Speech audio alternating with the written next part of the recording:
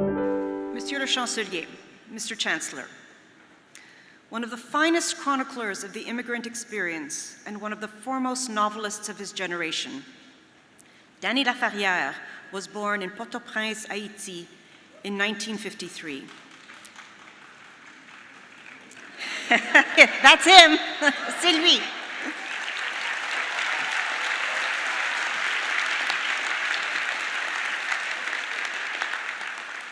En fait, au départ, il se nommait Windsor Clébar Laferrière, but he would become known as Dany. And he spent his childhood with his grandmother in Petite Goâve. He would later recount this time in two of his novels, L'odeur du café and Le charme des après-midi sans fin.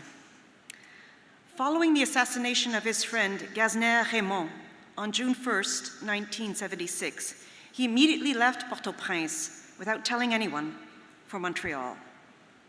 Pendant les 8 années suivantes, il a enchaîné des emplois précaires sans cesser de caresser un vieux rêve d'écrivain. Mais tout cela a changé en 1985, quand paraît le roman « Comment faire l'amour avec un nègre sans se fatiguer » qui explose dans le ciel littéraire du Québec. Le film tiré de ce roman est sorti en 1989 et lui vaut une nomination au prix de la meilleure adaptation cinématographique à l'occasion de l'11e édition annuelle du Gala des prix Génie de l'Académie canadienne du cinéma et de la télévision. Entre 1980 et 2002, il a écrit 10 romans en 12 ans, des livres qui forment l'ossature de son œuvre. Après une quinzaine d'années de travail acharné, Laferrière a décidé de cesser d'écrire de nouveaux récits pour prendre le temps de révisiter ses précédents romans. Il a réécrit 6 romans, ajoutant de nouveaux chapitres. Il a redessiné lui-même son œuvre, aménageant des passerelles entre les romans jusqu'à découvrir qu'il s'agit en fait d'un seul livre, une autobiographie américaine. Cette autobiographie américaine permet de lier les deux cycles, le cycle nord-américain et le cycle haïtien. Il s'agit, selon Laferrière, d'un ensemble comprenant récits, romans et essais qui forment aujourd'hui un corpus de 22 ouvrages. En novembre 2009, M. Laferrière fait une rentrée remarquée avec L'Énigme de retour, qui a reçu, entre autres, le Grand Prix du Livre de Montréal. Ses autres prix honneurs comprennent l'Officier de l'Ordre national du Québec et, en France, commandeur de la Légion d'honneur et commandeur des arts et des lettres. Perhaps M. Laferrière's greatest honor came in December 2013, when he was elected in one ballot to chair number 2 at the Académie Française, the first Haïtien and the first Canadien, and more specifically, the first Québécois to receive that honor.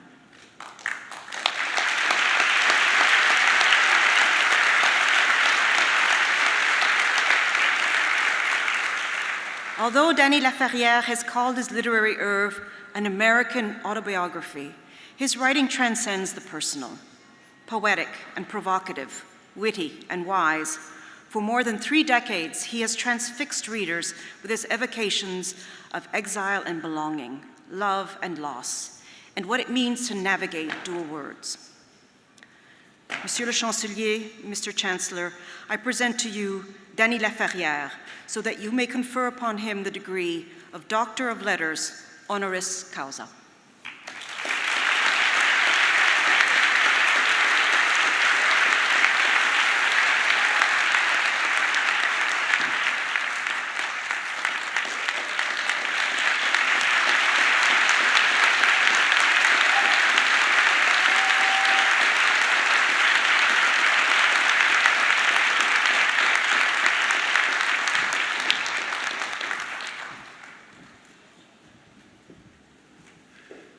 Merci, doyenne Mahoney, et félicitations, M. Laferrière.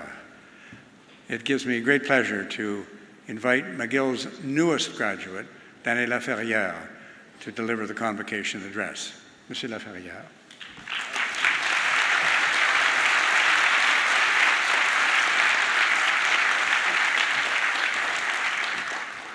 Bonjour. Je dis bonjour à la planète McGill. Je écris ce matin un discours pour vous remercier de cet honneur exceptionnel que j'ai titré « Du bon usage de l'ennui ». Mais comme je suis obsédé par le présent de l'indicatif et que je ne saurais rester insensible à ce qui se déroule devant moi, je vous dois quelques remarques sur les événements de cette journée. D'abord, cette petite panne d'électricité qui nous a fait attendre et a provoqué autour de moi un certain remue-ménage où l'on se pose des questions extrêmement graves. Que faire lorsqu'on ne peut pas faire ce qu'on a envie de faire? La conversation a démarré autour de ce thème extraordinaire de l'attente, du désir et de tout ce qui s'ensuit, jusqu'à ce qu'on découvre qu'on ne peut qu'en parler. Ce moment qui nous tient immobiles, qui nous empêche de courir à nos activités et à nos projets, est un moment important dans cette époque où tout nous pousse à la vitesse, contre un mur qui nous attend de l'autre côté, calme, tranquille et immobile. Il s'est passé quelque chose aussi d'intéressant, c'est la pluie. Cette pluie qui remonte dans ma mémoire jusqu'à la haute enfance et qui m'apporte toujours un sourire, cette pluie qui décourage les urbains et rend joyeux les agriculteurs, les gens qui aiment les fleurs, les gens qui aiment le jardin. Tout cela pour dire à ces jeunes gens qui reçoivent ce prix, ce diplôme, cet honneur, de ne pas oublier ce qui fait que nous sommes des humains, cette nature qui nous entoure et où nous sommes que de simples visages dans un vaste paysage qui nous a précédés et nous suivra. Cette enfance passée dans une petite ville d'Haïti, à Petit-Goâve, qui a rassemblé d'une certaine manière tous les germes de ce qui structurera plus tard ma sensibilité, collectionnant les souvenirs magnifiques et magiques, comme celui de la pluie qui arrive précédé d'une rumeur explosive, comme celui de la nuit qui suit la panne d'électricité et nous fait découvrir que nous pouvons voir ce que spontanément nous ne voyons pas. La dernière fois que j'ai vécu dans la nuit, c'était précisément à Petit-Goâve, où je découvrais, quand j'ai pu voir les silhouettes qui bougeaient autour de moi, que toute la ville était en mouvement parce que cette obscurité était leur situation de vie quotidienne. Et c'est là que j'ai compris que cette manipulation incessante de l'électricité qui provoque une panique à la moindre petite panne n'est pas forcément un progrès. Et à ce moment-là, je reviens à ce petit discours que je vous ai préparé du bon usage de l'ennui. Depuis près de 40 ans, j'avance et je recule sans cesse jusqu'à effacer en moi l'idée funeste du progrès. Le progrès naît de l'éphémère pour mourir au pied d'une nouvelle invention. L'idée qui m'habite, c'est de rester dans un minuscule espace le plus longtemps possible, ce qui me permet de développer de nouveaux goûts. Quel est alors le goût de l'ennui? Cet ennui qu'on a chassé de toutes les sphères de notre vie en multipliant les découvertes dont un grand nombre ne sont d'aucune utilité. Cette chasse incessante de la nouveauté qui provoque une sensation de vide, on avance ainsi pour aller où? Il y a des moments où ce serait mieux de reculer. Pour ce faire, il suffit d'observer l'enfant qui préfère la main à la cuillère. Ah, la main qu'on a perdue. L'autre nuit, je n'arrivais pas à dormir, ce qui m'a permis de découvrir un autre univers. L'endroit où je vis, si différent la nuit, l'étonnement d'un tel vacarme dans une maison pourtant endormie. On n'entend pas le grouillement des choses et des êtres quand on fait partie du milieu ambiant. On oublie alors que le corps est une usine. De nous naît une grande partie du bruit. Mais la nuit, quand on est immobile dans le lit, on entend tout et on cherche à savoir l'origine de chaque bruit. Et bien sûr, on entend voler la mouche.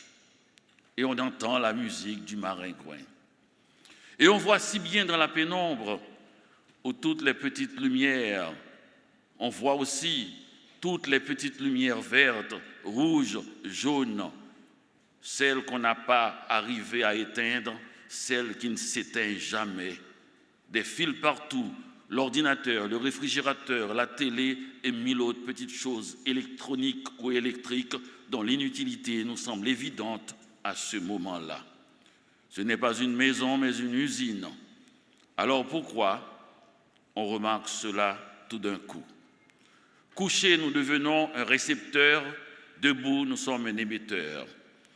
Pour recevoir, il faut peut-être arrêter d'émettre. Nous ne cessons d'émettre, car c'est ainsi que nous entendons signaler notre présence sur Terre. L'écrivain peut faire les deux fonctions sans laisser trop de déchets, car il opère dans l'imaginaire. Borges se présente comme un lecteur. Il ne cesse de commenter sous nos yeux ses lectures et on écoute ébloui le conteur jusqu'à ce qu'on découvre qu'il n'est pas dans la même pièce que nous. On était en train de lire ce qu'il nous disait. Et ce spectacle reste invisible à toute personne qui se trouve hors de ce champ magnétique.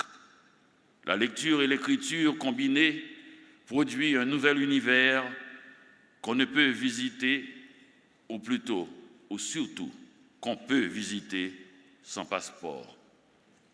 Et le fluide qui irrigue ce merveilleux échafaudage, c'est le style.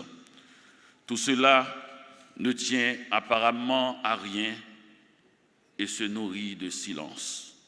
Aucun écrivain contemporain ne peut se croire supérieur à Homère parce qu'il est plus moderne, disons plus neuf que lui. Ici, la notion du progrès ne joue pas. Le siècle trie ce qu'il veut garder. Mais revenons à Borges. Ce même Borges qui, durant toute sa vie d'écrivain, n'a manipulé que quelques mythologies, 2 ou 3 idées philosophiques ou plutôt théologiques, enrobées dans une grande variété d'anecdotes rutilantes, comme notre première bicyclette rouge.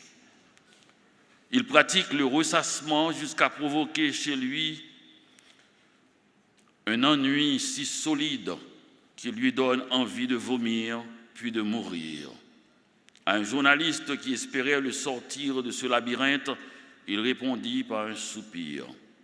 Cet ennui, il a accepté de le vivre jusqu'au bout et sa courtoisie a fini par le transformer en un étrange sentiment de complicité avec le lecteur, un sentiment de vérité, car l'ennui est vrai.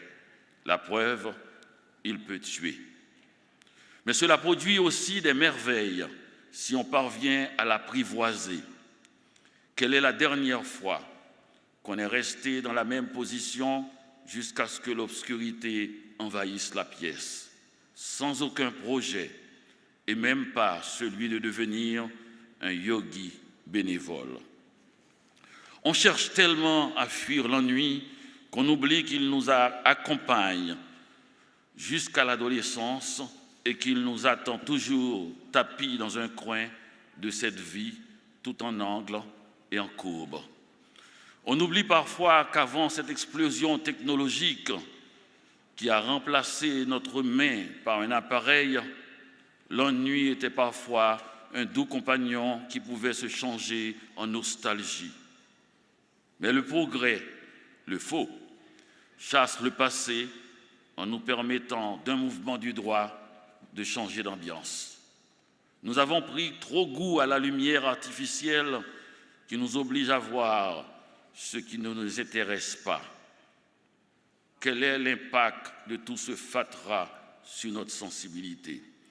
Et si c'est avec notre sensibilité que nous inventons le monde de demain, que peut-il advenir d'une sensibilité aussi dévoyée? Cette fameuse nuit où je n'arrivais pas à dormir, j'ai allumé la télé pour tomber dans un univers étrange où je voyais une diseuse de bonne aventure prédire l'avenir comme au Moyen-Âge, mais un avenir matériel, gorgé d'objets, de choses bizarres à acheter.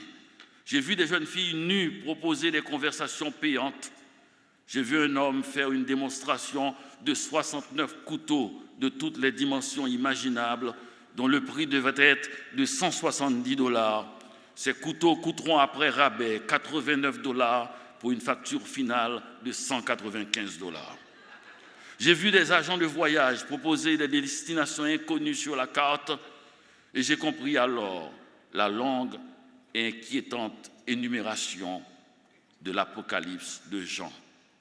Ce n'est pas l'ennui, le problème du monde, mais tout ce qu'on est prêt à faire pour l'éviter.